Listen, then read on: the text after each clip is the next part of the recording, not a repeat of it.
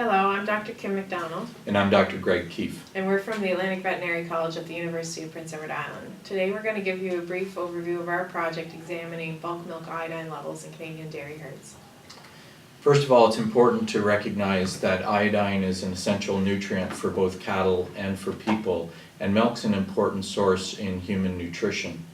There is, however, a recommended upper limit for iodine, and in the fall of 2010, the industry began annual testing of all herds in Canada. In concert with this, we began a Dairy Cluster 1 project with a number of objectives listed here. Today we're going to focus on the risk factors that are associated with variability from farm to farm.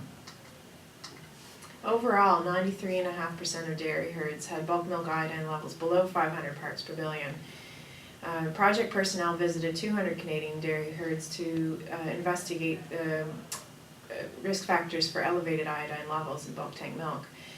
Feeding elevated levels of 1.6 milligrams per kilogram of dry matter in the feed was the most significant risk factor for elevated iodine levels in bulk tank milk.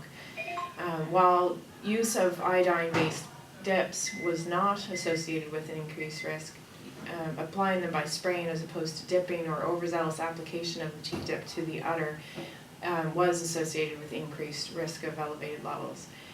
Also, dairy herds milking 3 times daily appear to be at a higher risk of having elevated levels. That's it. Yeah, that was pretty well right on for minute 30.